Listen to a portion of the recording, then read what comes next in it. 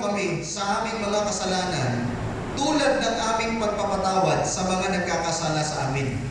Sa iba pong translation, mga kapatid, at patawarin mo kami sa aming mga utang tulad ng aming pagpapatawad ng mga nagkautang sa amin. Tingnan niyo mga kapatid, itong dalawang verse na ito, pag dumating sa atin, parang magkaiba yung meaning. Kasi pag kasalanan, madaling mapatawad, pero pag utang, hindi. Tama? Sabi dito mga kapatid, ang gusto kasi ng Panginoon, hindi lang horizontal, yung tinatawag po natin, hindi lang, vertical, na papunta sa Panginoon lahat, kundi gusto rin ng Panginoon na nakakapagpatawad din tayo sa mga taong nagkasala sa atin o nakapag-offend sa atin. Tama? Kung atin pong titignan mga kapatid, nung sinabing, patawarin mo kami, yan po mga kapatid ay bunga ng repentance, bunga po yan ng humility, humbleness, tulad ng pagpapatawad namin. Ang pagpapatawad po mga kapatid sa totoo lang, medyo mahirap. Tama mali? Di ba? Medyo mahirap. Challenging. Lalo na kung malaki yung nagawang pagkakamali ng isang tao sa atin. Pero alam niyo po mga kapatid, sa Bible, before natin tuluyang pag-usapan ang repentance going to God, pag-usapan muna natin mga kapatid, ano yung kailangan natin i-ready for that repentance para maging effective. Kasi pwedeng nagre-repent tayo, pero hindi nagiging effective yung repentance natin kasi may nakakalimutan tayo. Alam niyo po kung ano yun? Ito po yung example. Sabi dito, this story will show you what the kingdom of heaven is like.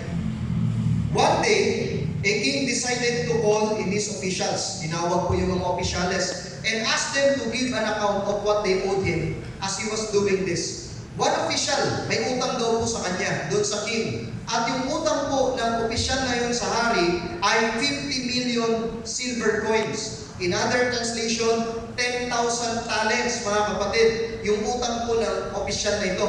Pag tinignan po ninyo ang meaning ng 10,000 talents, ang ibig sabihin po niyan mga kapatid ay 60 million denarii or 60 million days of work. Ganyan po kalaki. Ang ibig sabihin po mga kapatid, yung utang ng opisyal doon sa hari ay unforgivable debt. Ibig sabihin po, hindi kayang bayaran. Sino bang mabubuhay ng 60 million days? Ano? So kung mapapansin ninyo mga kapatid, yung pong opisyal, hindi niya kayang bayaran yung utang doon sa hari. Ano sabi ng hari?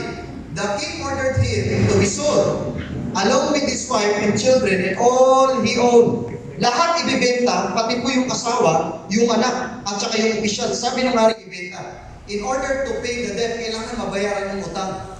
The official got down. Yung official na nakiusap, have pity, maawa kayo sa amin. And I will pay you every cent I owe.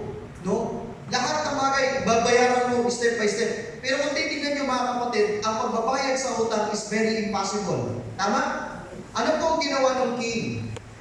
King felt sorry for him, naawa, and let him go free. Sabi, o sige, umalis ka na, at sinabi din, hindi mo na kailangan bayaran pa yung utang mo. Kung ikaw ngayon may utang, at sinabi sa iyo ng inutangan mo, wag mo nang bayaran yung utang mo, masaya ka ba? Parang yung malakas sumagot, yun yung maraming utang. Diba? Masaya po ba tayo? Yes. Siyempre, kasi, alam mo yung tinatabi-tabi mo, hindi mo na kailangan bayaran. Tama? So ngayon, ito na, tinatawag po yung opisyal. Okay, nakuha ng opisyal yung kapatawaran. Ang laki ba naman ng utang kahit anong gawin niyang pagtatrabaho, pagsamahin pa yung trabaho ng anak niya, at asawa niya, hindi po talaga kaya. Ito ngayon nangyari mga kapatid. As the official was leaving, umalis na po yung opisyal. Thankful, grateful siya. He happened to meet another official. Meron siyang co-official, kaibigan, who owed him 100 silver coins. May utang sa kanyang 100 silver coins. Ano pong ginawa? He grabbed the man by the throat. Kinuwelyuhan mga kapatid. At ano sabi? He started choking him and said, sinasakal niya, pay me! Bayaran mo yung pinutang mo sa akin. Ano sabi? The man got down on his knees and began begging. Ang sabi din po nung lalaki na sinasakal niya, pakiusap, babayaran kita pero sa ngayon, wala akong pambayad. Mga kapatid, other official put in jail until he could pay what he owed. Ano pong ginawa ng pinatawad? 10,000 denarii? Pinakulong niya yung may utang sa kanya na 100 silver of coins. So pinakulong niya. Ito ngayon mga kapatid na nangyari. When some other officials found out, nung nalaman po ng iba pang opisyal na kung may utang sa kanya na 100 silver of coins, pinakulong na, sinabi po nila ngayon sa hari. Sabi po dito, the king called the first official back in and said, "You're an evil man. When you beg for mercy, pinatawad kita. Sabi mo wala kang pambayad, kaya pinatawad kita. Don't you think you should show pity to someone else as I did to you? Kaparehas kang ginawa ko. Kung yung utang mo na 10,000 talents, pinatawad ko, which is equivalent to 60 million denarii, samantalang ito, 100 lang ang silvers of coins na utang sa iyo, pinakulong mo pa, sinakal mo pa, inabi mo pa, ano pong sabi? The king was so angry that he ordered the official to be tortured until he could pay back everything he owed. Just imagine mga kapatid, yung pong pinatawad, ngayon po, mabubulok sa bilangguan hanggang buhay, nagbabayad siya ng kanyang utang na 10,000 silvers of coin or 10,000 talents. Anong point? Anong moral lesson dito? Ang sabi ng Panginoon, that is how my Father in heaven will treat you. If you don't forgive each of my followers with all your heart. Mga kapatid, alam po ninyo kung bakit hindi nagiging effective yung pong repentance. It's because hindi tayo nagpapatawad sa mga kapatid na nakapag-offend sa atin. Sabi po dito, therefore, God's forgiveness through our repentance is connected on how we forgive others. How we forgive others. Kung inyo pong titignan mga kapatid, gaano kaya kalaki yung utang natin sa Panginoon na hindi niya na pinabayaran, and yet, yung pong utang ng mga tao sa atin, ayaw nating patawarin. Sabi po sa isang napanood ko, we ask forgiveness not because we want to be forgiven, okay? But because we repented our wrongdoings. Kaya tayo humihingi ng tawad ay dahil hindi po talaga para patawarin, kundi para pagsisihan yung mga nagawa nating pagkakamali. Bakit importante ito?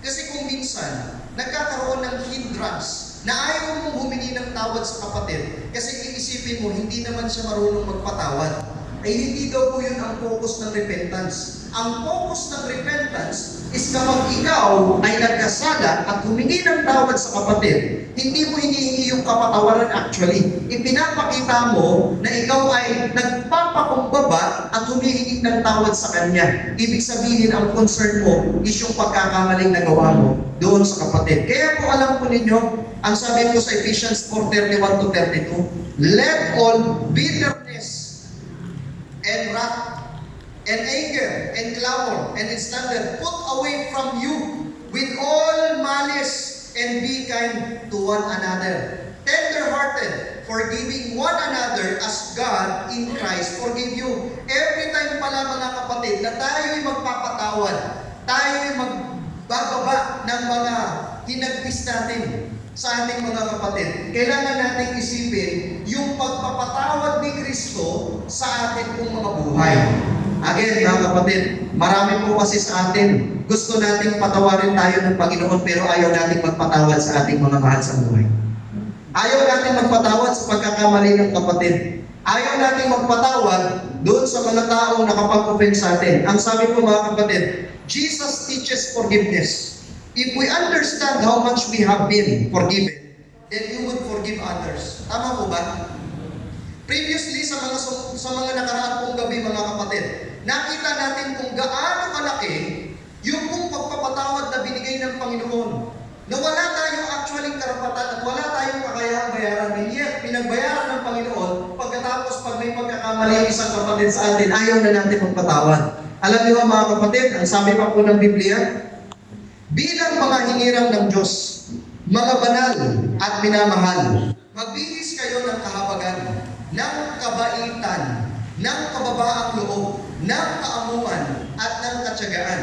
Pagtiisan ninyo ang isa't isa. At kung ang sino man ay may reklamo laban sa kanino man, magpatawaran kayo sa isa't isa. kung paano pinatawad kayo ng Panginoon, ay gayon din naman ang inyong gawin. Mga kapatid, sa mga oras nito, before akong magtuloy, nais ko lang pong patayuin kayo. Okay lang po bang tumayo po kayo, mga kapatid? Okay lang po bang tumayo kayo?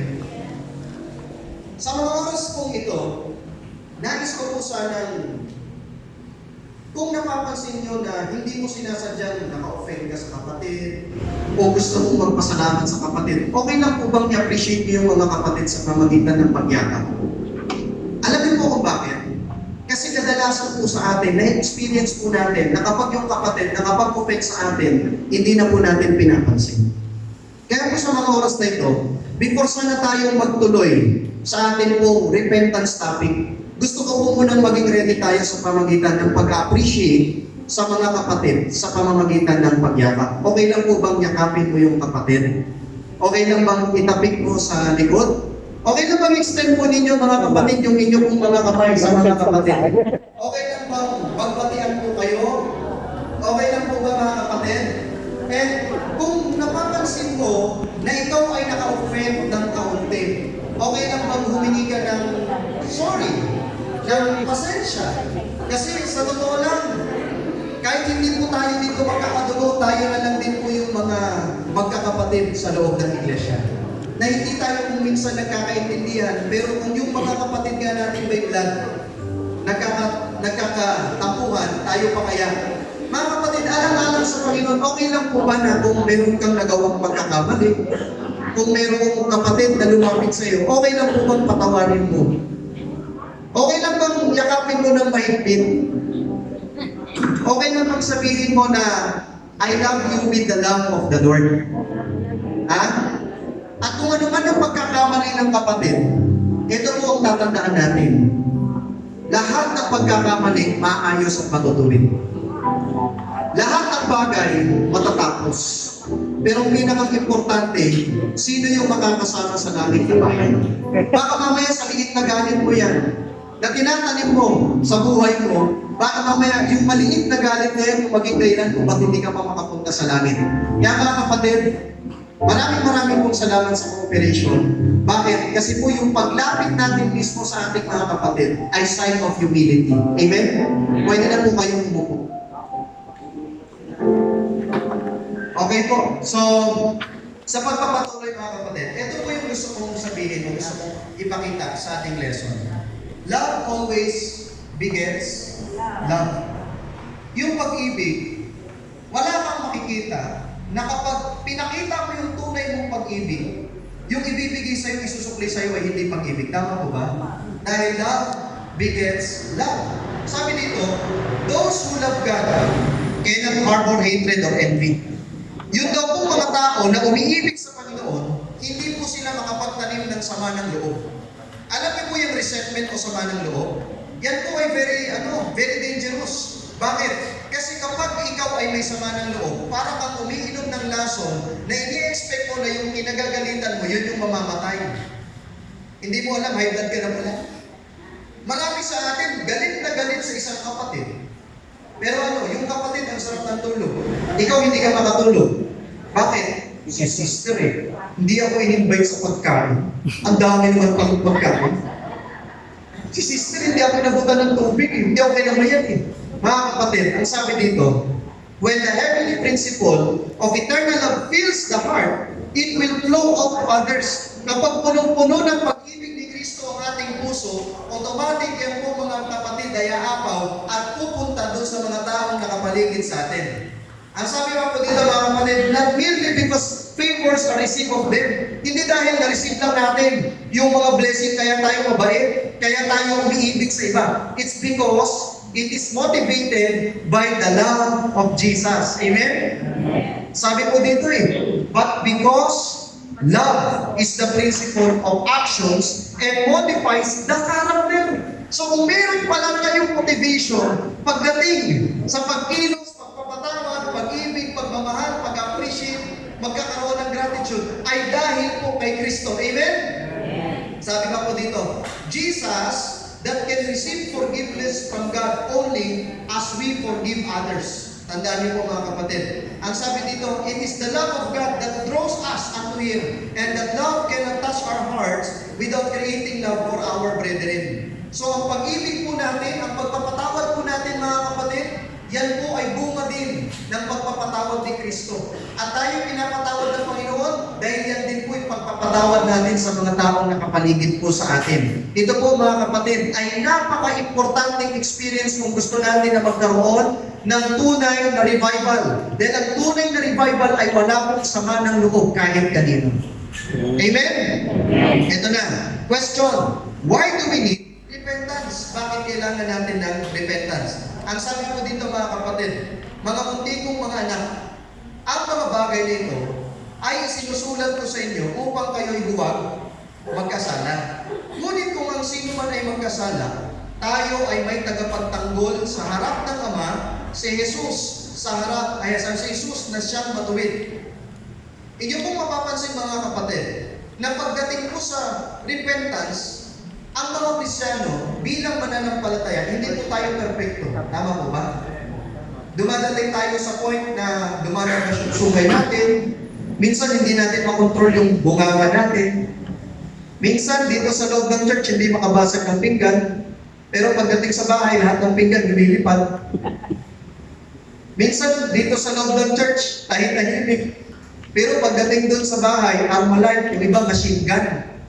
Mga kapatid, bakit kailangan ng repentance? It's because ito po ay sign of humility na tayo patawarin ng ating Panginoon. Alam niyo po ba noon, kapag sila ay nagkakaroon ng way of repentance, humihingi po agad sila ng tawad at para sila ay magpasalamat, sila po ay naghahandog. Para malaman po natin yung proseso ng pagpapatawad mga kapatid. In Hebrews chapter 8 verse 5, sabi dito, they serve at a sanctuary that is a copy and shadow of what is in heaven. This is why Moses was warned when he was about to build the tabernacle. See to it that you make everything according to the pattern shown you on the mountain. Bakit sobrang istrikto ng Panginoon pag pinag-usapan ang sanctuary? Kasi po ang sanctuary is the manufacturer of salvation. Ibig sabihin, for you or for us to understand salvation, maintindihan natin yung kaligtasan, kailangan natin tignan mga kapatid ang sanctuaryo para makita natin yung process. At isa sa ginagawa mo mga kapatid, sa sanctuary, according sa Exodus chapter 29, verses 13 to 39, ang sabi dito, you shall offer on the altar 2 lambs, and a year-old day by day, regularly. 1 lamb you shall offer in the morning, and the other lamb you shall offer at twilight. Ang tawag po nila dyan mga kapatid ay daily sacrifices o sa Hebrew word ay tamid. Yan po ay evening and morning sacrifice. Ibig sabihin para ikaw ay patawarin ng Panginoon, no, meron pong mamamatay na tupa on your behalf. Kaya yung mga question katulad ng Brother Bessie, paano yung ibang tao noon na hindi naman sila mga Jewish, hindi sila mga Hudyo. Pag humingi sila ng tawad, paano sila patatawarin? Lahat ng tao po sa mundo ay pinatatawad ng Diyos sa pamamagitan po ng tupang namamatay na inihahandog ng mga Israelita. Kaya kung titignan po ninyo, ang mga Israelita ay nagkaroon ng malaking paksyon para patawarin yung mga tao dahil sila po ang gumagawa ng daily sacrifices. Maliwanag po ba mga kapatid? So ngayon, in the book of Daniel chapter 8 particularly, meron pong pakitain itong si Daniel. Okay? Sa book of Daniel chapter 8, may pakitain itong si Daniel. Meron po siyang nakita na isang lalaki